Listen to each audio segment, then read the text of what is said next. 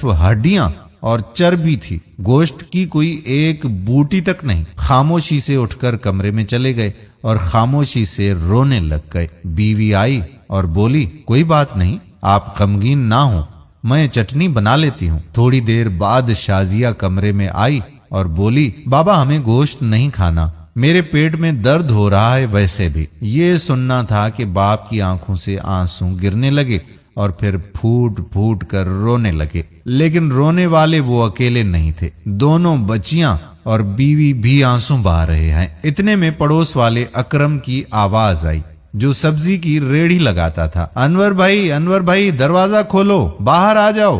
دروازہ کھولا تو اکرم نے 3-4 کلو گوشت کا شاپر پکڑا دیا اور بولا کہ گاؤں سے چھوٹا بھائی لایا ہے، اتنا ہم اکیلے نہیں کھا سکتے تھے، یہ تم بھی کھا لینا۔ خوشی اور تشکر کے احساس سے باپ کی آنکھوں میں آنسو آ گئے اور اکرم کے لیے دل سے دعا نکلنے لگی۔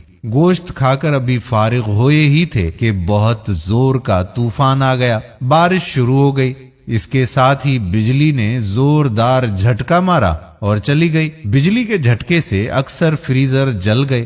دوسرے دن بھی بجلی نہیں آئی، تیسرے دن بجلی آئی، ٹرانسفارمر بدلا گیا۔ اسی دن وہ شازیہ کو لے کر باہر آئے تو دیکھا کہ ماسٹر جی اور ڈاکٹر صاحب بہت سا گوشت باہر پھینک رہے تھے جو مسلسل بجلی نہ ہونے کی وجہ سے خراب ہو چکا تھا اور اس پر کتے جھپٹ رہے تھے۔ شازیہ یہ دیکھ کر بولی، بابا کیا کتوں کے لیے قربانی کی تھی انہوں نے؟ وہ شازیہ کا چہرہ دیکھتے ہی رہ گئے اور ماسٹر جی اور ڈاکٹر صاحب نے یہ سن کر گردنیں جھکا لی۔ خدا را احساس کریں غریب اور مسکین لوگوں کا۔